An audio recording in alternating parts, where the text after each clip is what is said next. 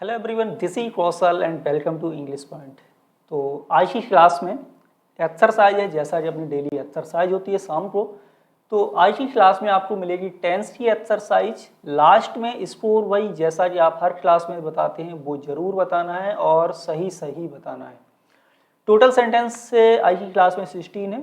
और शुरू करते हैं क्लास को, उसके पहले मैं आपको बता दूँ, आप लोगों ने अभी तक हमारे इंग्लिश पॉइंट यूट्यूब चैनल को सब्सक्राइब नहीं किया तो प्लीज़ चैनल सब्सक्राइब जरूर कर लें। साथ ही साथ प्ले स्टोर से इंग्लिश पॉइंट का ऐप भी डाउनलोड कर सकते हैं। वहाँ पर भी बहुत ही मिनिमम फीस में आपके लिए स्पेशल बैचेस भी चल रहे हैं पीडीएफ नोट से, और काफ़ी हज़ारों ऑब्जेक्टिव क्वेश्चंस आपको वहाँ पर मिलते हैं। और भी कई सारी चीज़ें फ्री ऑफ कॉस्ट भी वहाँ पर, आप इसलिए ऐप को जरूर डाउनलोड करें। तो सबसे पहले लेते हैं सेंटेंस नंबर है 1। सेंटेंस 1 में है इंडिया डैश फ्रीडम इन 1947। आपको बताना है कि करेक्ट वर्ब यहाँ पर हम क्या यूज करेंगे। फर्स्ट ऑप्शन है अटेंड, सेकंड ऑप्शन है अटेंड, थर्ड ऑप्शन है has attended and fourth option है आपका वाज अटेंडेड। तो यहाँ पर आप देखेंगे ध्यान से, जब भी ध्यान रहे इन प्रपोजिशन के बाद यदि पास्ट का टाइम लिखा हो, क्या लिखा हो, पास्ट का टाइम, तो वो सेंटेंस आपका पास्ट इंडेफिनिट टेंस में बनाया जाएगा। तो इस सेंटेंस को भी हम पास्ट इंडेफिनिट में ही बनाएंगे। और आपका जो राइट आंसर होगा ये होगा attend. Option number B right answer है आपका यहाँ पर। क्लियर है। नेक्स्ट है क्वेश्चन नंबर 2। क्वेश्चन नंबर 2 में he dash out for an evening walk after he had taken my dinner. Go, went, have gone या फिर विल गो में से क्या आप राइट आंसर यहाँ पर यूज करेंगे।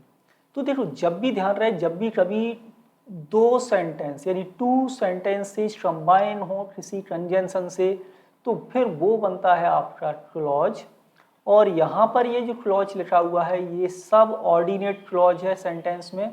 और सब ऑर्डिनेट की बात करें तो ये आपका एडवर्ब क्लॉज लिखा हुआ है। और एडवर्ब क्लॉज की बात करें तो एडवर्ब क्लॉज ऑफ टाइम है आपका। एडवर्ब क्लॉज कई तरह के होते हैं, उनमें से एडवर्ब क्लॉज ऑफ टाइम है। आफ्टर की बात देखेंगे तो हमें समझ में आता है कि ही हैड टेकन, यानी कि ये सेंटेंस आपका पास्ट परफेक्ट टेंस में लिखा हुआ है। तो इस क्लॉज को भी आप पास्ट में ही बनाएंगे। और इस तरह से जो राइट आंसर रहेगा आपका वो होगा option number B, he went out for an evening walk. आपका यहाँ पर करेक्ट आंसर है क्वेश्चन नंबर 2 में। नेक्स्ट है sentence 3। My sister was in the bathroom when she dash the call when she dash the call bell. Okay, ring, have rung, ring या फिर M ringing, क्या use करें, कौन सी verb correct प्रयोग करेंगे। तो सबसे सिंपल फॉर्मूला तो पहले यही देखो, यदि एक सेंटेंस पास्ट टेंस में है तो सामान्यतः दूसरा सेंटेंस भी आपका पास्ट में ही बनाया जाएगा। और व्हेन कंजंक्शन के बाद शॉर्ट एक्शन आता है, यानी कि पास्ट इंडेफिनिट टेंस से हम बनाएंगे। करेक्ट आंसर होगा ये होगा आपका ऑप्शन नंबर ए, रैंक राइट आंसर होगा, क्योंकि माई सिस्टर वाज ये भी आपका सेंटेंस पास्ट इंडेफिनिट टेंस में यहाँ पर लिखा हुआ है। नेक्स्ट देखते हैं। नेक्स्ट है sentence 4। She dash a better job next month. Will get होगा, हैव गॉट होगा, गॉट या फिर गेट। सेंटेंस में टाइम लगा हुआ है नेक्स्ट मंथ। नेक्स्ट मंथ मतलब अगले महीने, यानी जो महीना आएगा उस महीने को। तो नेक्स्ट मंथ आपका क्या हो गया, ये फ्यूचर का सेंस यहाँ पर दे रहा है। क्या बता रहा है, फ्यूचर। तो इस सेंटेंस को हम बनाएंगे फ्यूचर में। और फ्यूचर के लिए जो यहाँ पर वर्ब यूज हो रही है ना आपकी, ये प्रयोग करेंगे आप will get. She will get a better job next month. Option number कौन सा राइट होगा, राइट आंसर होगा option number A, sentence number 4 का। सेंटेंस है 5। सेंटेंस 5 में he dash when the phone ring. सबसे पहला पॉइंट होना चाहिए, दो क्लॉज हैं तो ये देखो कौन सा टेंस है। द फोन रिंग ये सब्जेक्ट है, ये आपकी वर्ब है। और ये लिखे किस में है, ये लिखा हुआ है आपका पास्ट इंडेफिनिट टेंस में। तो cook, is cooking, was cooking या हैज कुक्ड, प्रेजेंट टेंस बनेगा, नहीं बनेगा, पास्ट प्रोग्रेसिव टेंस बनाएंगे। और करेक्ट आंसर होगा सेंटेंस नंबर 5 में he was cooking when the phone ring. वह खाना बना रहा था जब फोन बजा। ऑप्शन कौन सा राइट है, सेंटेंस नंबर 5 में है आपका ऑप्शन नंबर सी। आगे बढ़ते हैं। नेक्स्ट है सेंटेंस नंबर है 6। I went into the hostel. मैं हॉस्टल में गया यह देखने के लिए इन्फिनेटिव वर्ब कई बार पर्पज का काम भी कर देती है सेंटेंस में। What students are doing, what student did, what students were doing या फिर डूइंग। तो सबसे पहला क्लॉज देखो आई वेंट, कौन सा टेंस है ये, पास्ट इंडेफिनिट टेंस है ना। तो ये क्लॉज किस में बनेगा, ये भी पास्ट में ही बनेगा। प्रेजेंट को आप हटा दीजिए, अब पास्ट इंडेफिनिट नहीं बनेगा बल्कि यहाँ पर बनेगा पास्ट कंटिन्यूअस टेंस और करेक्ट आंसर होगा व्हाट स्टूडेंट्स वर डूइंग, जो भी विद्यार्थी वहाँ पर कर रहे थे। Option number C correct answer होगा सेंटेंस नंबर 6 में। सेंटेंस है आपका 7 एंड सेंटेंस नंबर 7 में while she dash in the garden it began to drizzle। Drizzle का मतलब होता है बूंदा बांदी होना, यानी धीरे धीरे जो बारिश होती है ना, बूंदा बांदी होना। Watered, have watered, was watering या हैड वाटर्ड, क्या लगाएंगे। पहले तो मैं आपको बता दूं कि वाटर का प्रयोग जब भी सेंटेंस में आप किसके रूप में करें, एज ए नाउन के रूप में करें तो इसका मतलब होता है पानी। यदि वाटर वर्ड का प्रयोग आप सेंटेंस में एज ए वर्ब के रूप में कर रहे हो तो इसका मीनिंग होता है पानी देना, पौधों को पानी देते, तो आप वाटर वर्ब का प्रयोग कर सकते हैं सेंटेंस में। तो इट बिगेन टू ड्रिजल, ये पास्ट इंडेफिनिट है, इसे भी पास्ट में ही बनाएंगे और correct answer option number C होगा while she was watering in the garden it began to drizzle। Sentence number 7 का option number C correct answer होगा। नेक्स्ट है सेंटेंस 8। सेंटेंस 8 में है when I reached the station, जब मैं station पहुंचा, I found Shashi dash for me, मैंने पाया कि शशि क्या है, हाँ, वाज वेटिंग, वेट्स, वेटेड या वेटिंग। ओके, यहाँ पर आप नॉन फाइनाइट वर्ब का प्रयोग कर लो, बहुत ही सिंपल सेंटेंस है। तो फाउंड जो आपकी वर्ब है ना, ये सेकंड फॉर्म है, फाउंड है आपकी, फाइंड समबडी डूइंग समथिंग होता है, क्या होता है, फाइंड समबडी डूइंग समथिंग। यहाँ पर आपको option number D correct answer प्रयोग करना है। यहाँ पर आप लिखेंगे waiting.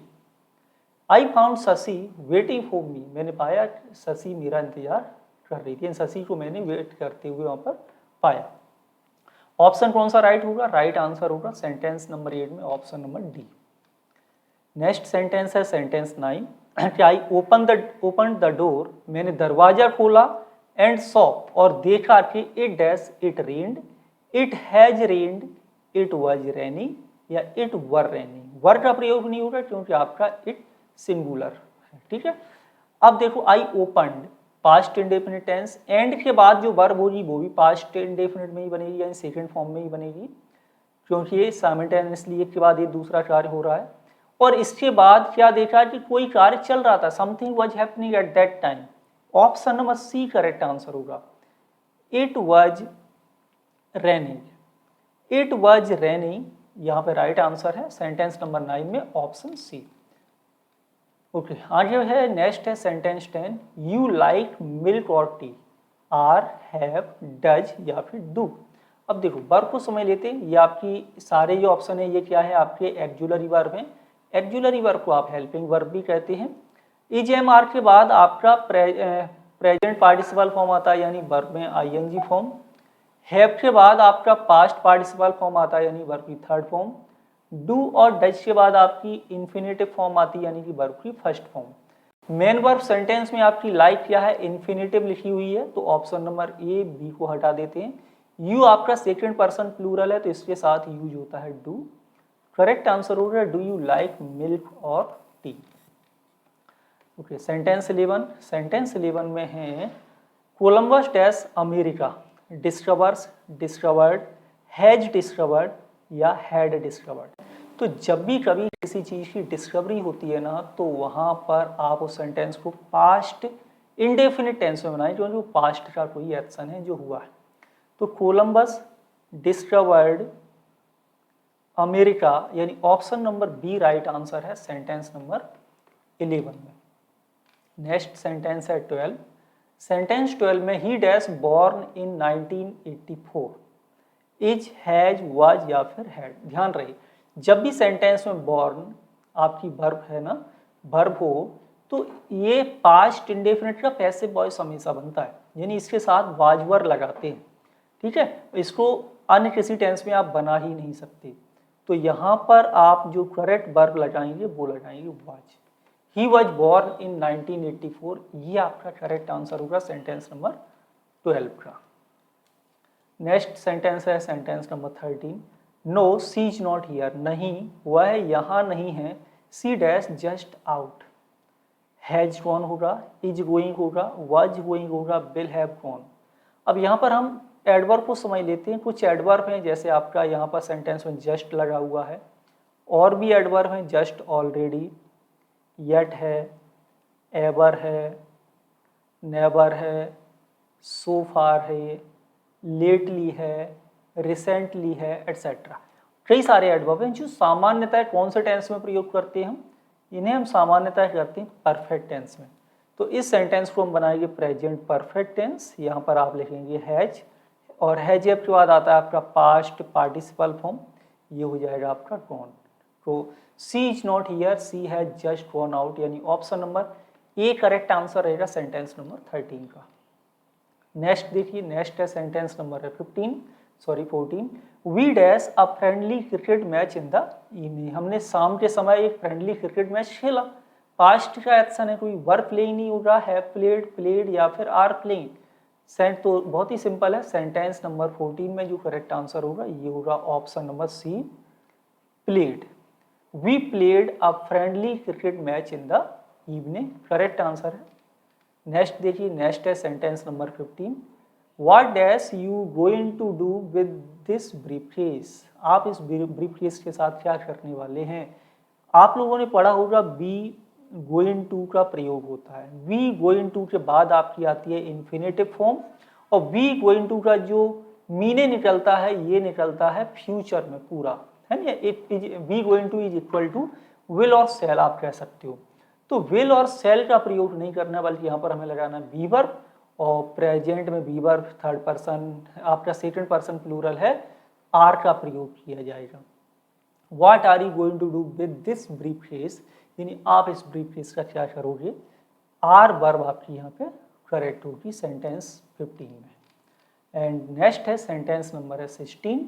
An honest man always tells the truth, speak, speech, spoke या फिर स्पीकिंग। सबसे पहले यहाँ पर हम एडवर्ब को समझ लेते हैं। ऑलवेज आपका एडवर्ब है। एडवर्ब कौन सा है ये है adverb of frequency. Adverb of frequency कई सारे, ऑलवेज है आपका, ऑफन है, यूजुअली है, रेयरली है, सेल्डम है, अकेजनली, एटसेट्रा। कई सारे एडवर्ब ऑफ फ्रीक्वेंसी होते हैं जो सामान्यतः सिंपल टेंस में प्रयोग करते हैं। सिंपल टेंस मतलब इंडेफिनिट टेंस में। तो इस सेंटेंस को हम बनाएंगे प्रेजेंट इंडेफिनिट टेंस। अब सब्जेक्ट देखते हैं। मैन आपका सिंगुलर सब्जेक्ट है, सिंगुलर सब्जेक्ट है तो वर्ब में एस या ईएस का प्रयोग आप करेंगे। यहाँ पर आपका यूज किया जाएगा speech. An honest man always speech the truth, correct answer है सेंटेंस नंबर 16 में। तो ये हो गए आज की क्लास के टोटल 16 सेंटेंस। कमेंट के माध्यम से आप लोग अपना स्कोर जरूर शेयर करें। क्लास कैसी लगी इसके बारे में भी आप कमेंट के माध्यम से बता सकते हैं। साथ ही साथ अपने दोस्तों के साथ इसे शेयर जरूर करें यदि सेशन पसंद आए तो। इंग्लिश पॉइंट का ऐप आप डाउनलोड कर सकते हैं प्ले स्टोर से, वो भी आपको अवेलेबल है, या फिर उसका लिंक नीचे डिस्क्रिप्शन बॉक्स में मैंने दिया हुआ है, आप वहाँ पर जा करके भी क्लिक कर सकते हैं। और इस क्लास का जो PDF है ये भी आपको इंग्लिश पॉइंट के ऐप पर ही मिलेगा। मिलेंगे आपसे अगली क्लास में। Thank you for